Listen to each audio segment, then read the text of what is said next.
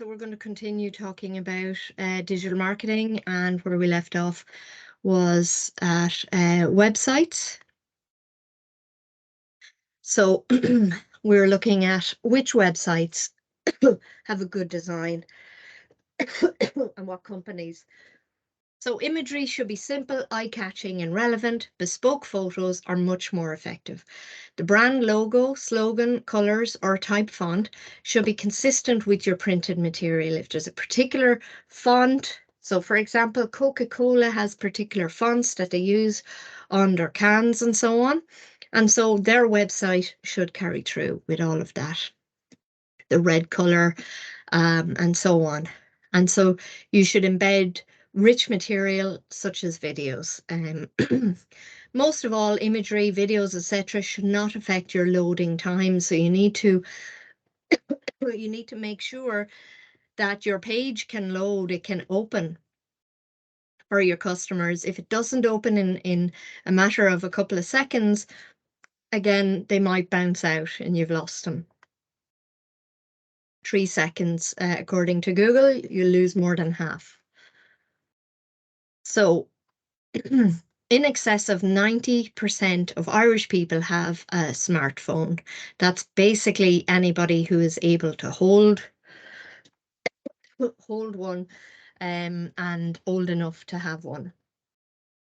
Yet a large amount of websites are not optimized for mobile. So in 2017, only 40% were. This has gone up a good bit in recent years, but still a huge number that are not. Optimizing for the phone, so WordPress, for example, as we mentioned already, is easy. You just pick a theme and it will optimize. So there's really no excuse not to do it. There are 2 ways to do it. Boohoo replicate the site with all of the same information, and it's just smaller on the phone. And they know with their target customers, that's fine. They're able to read it, no problem, and so on. Whereas Ryanair have created a special mobile website. It contains less per page, but easy to read and use. So you have to figure out what will work for your customers. So under data protection legislation, if you use cookies to collect personal data, such as email addresses, you must have a privacy statement on your website setting out how you comply to GDPR. But what do these cookies do? So you've all heard of cookies.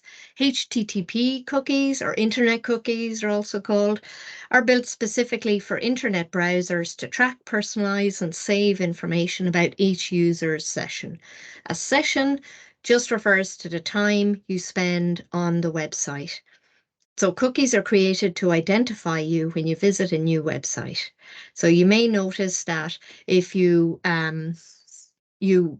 start looking up something in particular, let's say you for some reason start looking at kayaks and you Google kayaks.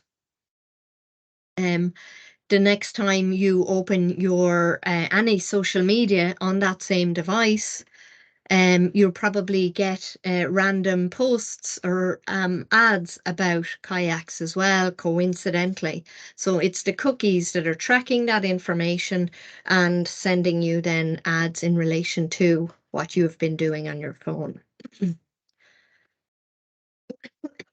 So this is where an ad is uploaded and can appear to follow you. So just because you mentioned kayaks or searched for kayaks before, now you're getting loads of ads over the next couple of weeks or something like that.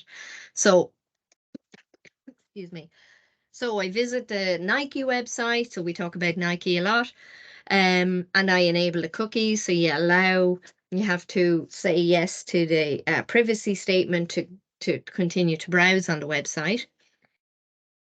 So if I put a pair of running shoes in the shopping cart and at the last minute change my mind, don't buy them, and I just exit. 2 hours later, I'm on the phone again. I'm looking up Ryanair to book a flight, and an ad for the same shoes that I've been looking at might pop up as an ad there. So I go, and so this kind of thing, can happen again. I'm on another website and the same shoes are popping up as an ad there as well. So that's what we mean by follow you. So videos are a perfect way to educate your consumer about your business. We know from statistics and surveys and so on, a lot of research, that a lot of our consumers prefer watching videos than consuming other kind of information.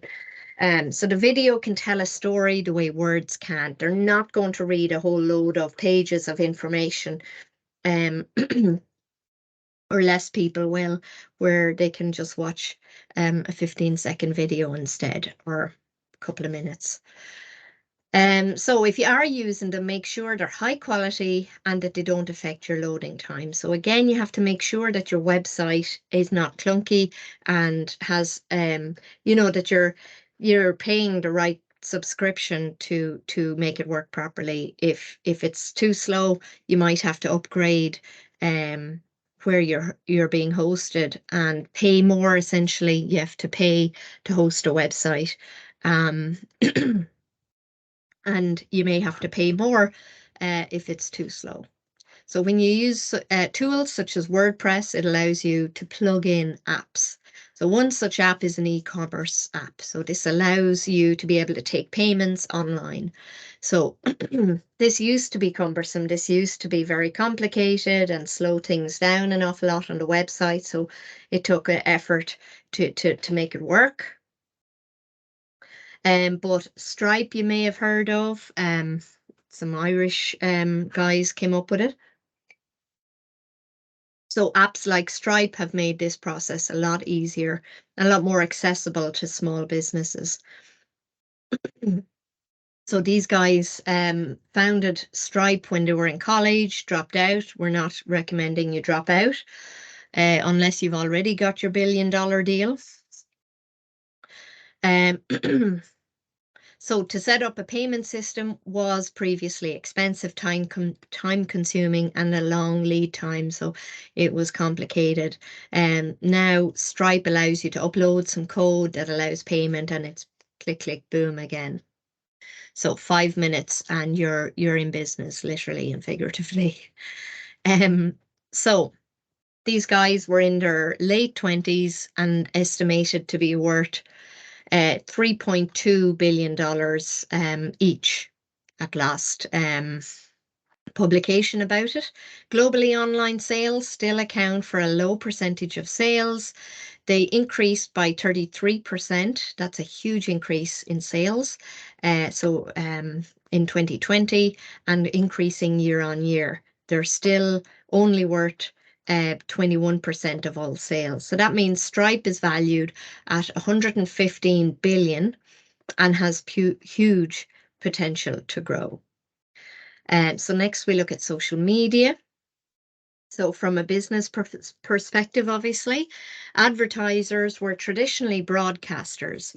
Ads appeared on television, radio, billboards, and newspapers.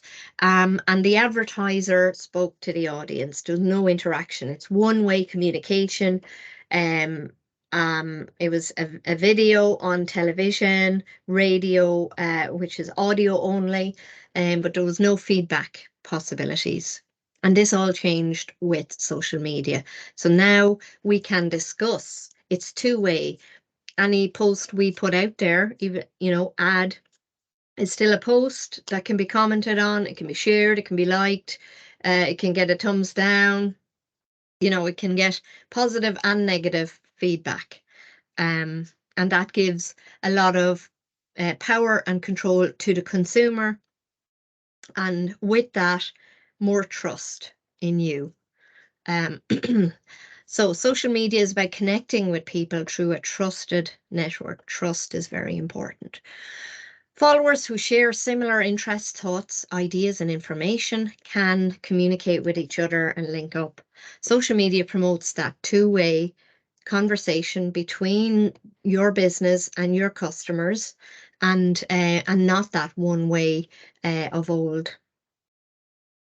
So social media should be a listening tool rather than a broadcast tool. So we're more interested in the feedback that we get rather than just putting out information all the time. It's not about the number of followers, it's about the engagement. It's what those followers are doing. Every time we put a post up, are they interacting with it? Are they liking it? Are they sharing it? What's happening? Um, so how does social media work for business? You can target your audience. So think of the difference between LinkedIn, Twitter, Facebook, Instagram, and TikTok. They all have different profiles of users in the main. 90% of Irish people use some form of social media. That's basically everyone with a smartphone, including my dad, for instance. Social media platforms are constantly gathering data about their customers. They sell this data to advertisers who in turn target their customers very tightly. So we can fine tune exactly who sees the posts that we put up if we're paying for those posts. So if we want to boost posts, we can be very, very specific and narrow down those target audiences. So Peter Jukes, you may not have heard of his name, but you have heard of hopefully Cambridge Analytica, notorious company. So they bought data from 250,000 people, and that's fine. But what they did was they created an app called This Is My Digital Life. This effectively allowed them to take Facebook data that they bought and replicate it. So if they bought it from me, they now had access to all my friends and friends of friends and friends of friends of friends. And so it allowed them to expand that 250,000 into 83 million users that they now had access to. And then with all of that data, they sold this data to the Brexit campaign. That is why Brexit won in the referendum. And it's also what got Trump into office in the presidency. So two notorious campaigns, Donald Trump, all the polls in advance of the presidential election had him looking like he was not going to win. And certainly on this side of the Atlantic, everybody went to bed who were following each state, comes in one at a time, had been following it the night before, went to bed thinking that Hillary had it in the bag and that Trump was going to lose, woke up the following morning, Trump had won.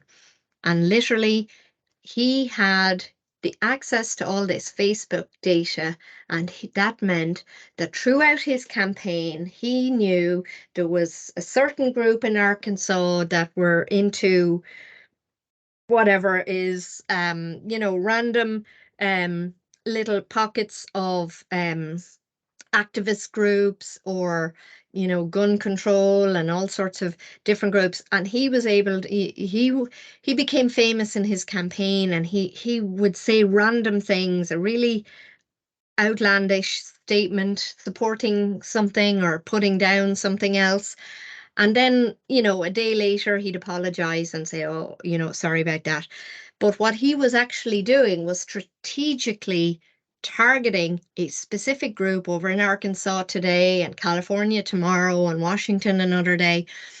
And with that weird statement of support for hunting mink or whatever it is, and that, publicly to, sort of apologize later on, but he had won over that group of people.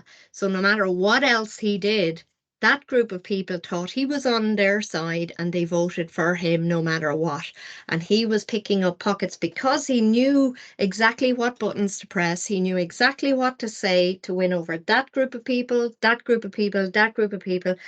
And throughout the campaign, he was picking up all these out there groups, and that won him the election. So that's what Cambridge Analytica did. It gives you that data, huge, huge volumes of data, but you can narrow down different audiences. So if I'm visiting Boris and Offaly on my campaign trail, I can tap into my data there and see, well, what are a lot of people in that particular town into? What's going on there? Maybe I can say something to win those people over. It won't mean anything to anyone else, and it'll be brushed under the carpet, but I will win those people over. They will not forget it. And then I'll move on and, and so on like that. And that's what happened. So companies use social media platforms to target new customers. If you use one, excuse me, as an advertising platform, you can target by age, gender, interest, location, occupation, and in the States you can target by income and mortgage size. That data is available as well. So you can really fine tune.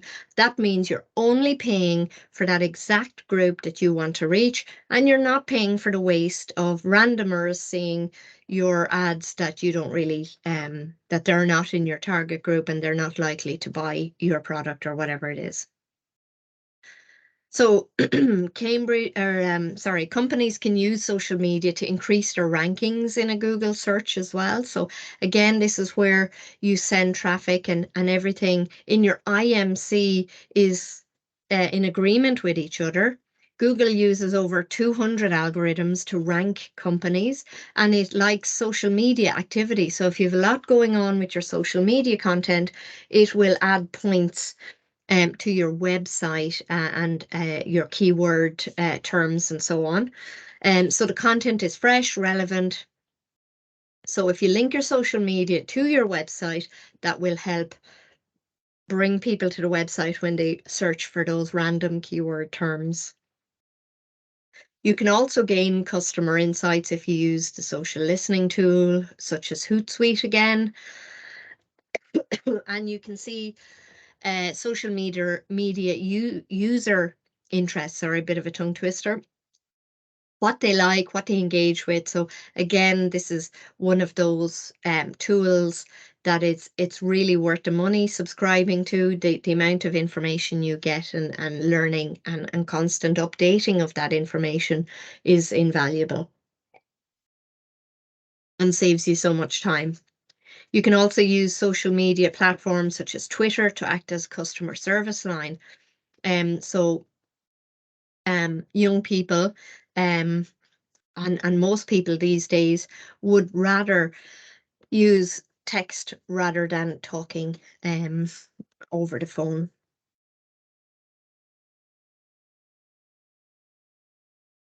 So each platform has a different role and a different audience, perhaps. Facebook is the largest one, um, and it's where people connect with friends and family. It has over 2 billion users, or 2,000 million. 70% of Irish businesses have a Facebook page, and you can target in various ways. Um, so it has bad press because of the Cambridge Analytica issue. A content moderator is responsible for user-generated content submitted to an online platform. So the content moderator's job is to make sure that items are placed in the right category, free from scams, and doesn't include illegal items and so on.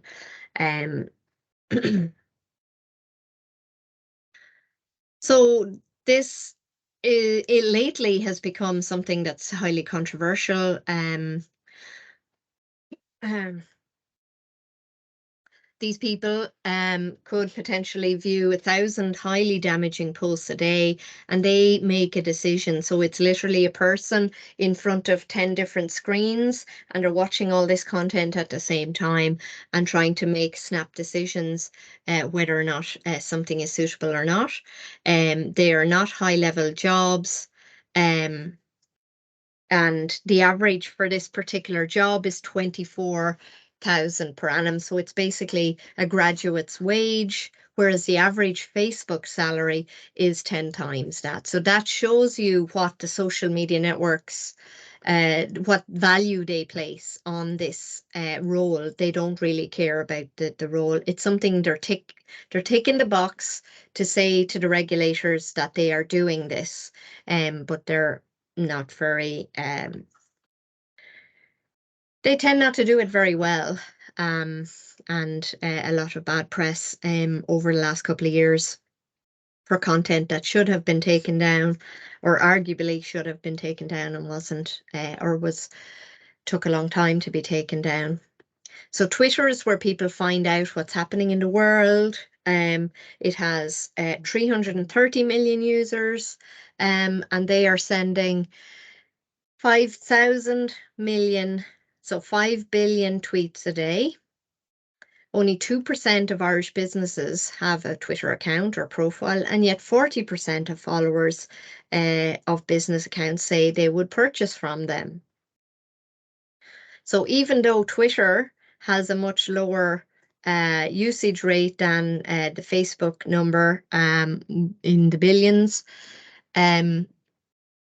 it's something to consider from a business point of view. So Instagram also, it's used as a mobile photo sharing, video sharing, and social networking application. It's owned by Facebook and has just shy of 1 billion users. 95 million photos are shared daily. 1 million advertisers on the platform. Which is not very much compared to the actual number of users. So you can tell your story of your business through photographs. That number is rising all the time. So perhaps if I was to look it up now, I'd get different numbers every time.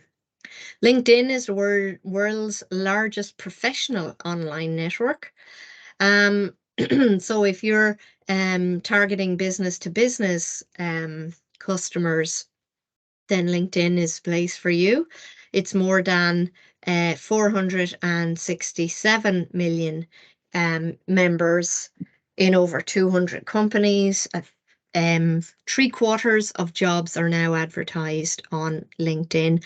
And I may have mentioned before, but if you haven't already, you guys should get on LinkedIn.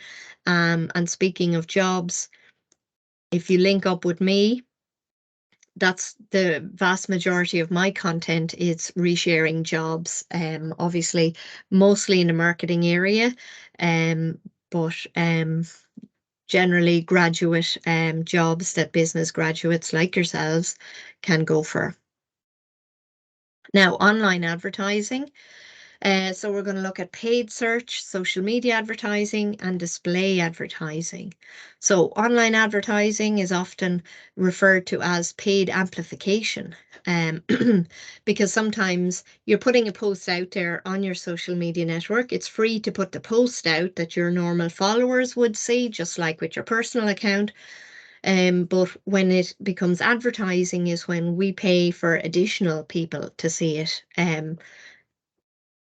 So you pay to get your message to your target segments that you wish to attract to your other digital marketing assets. So we're talking website and so on.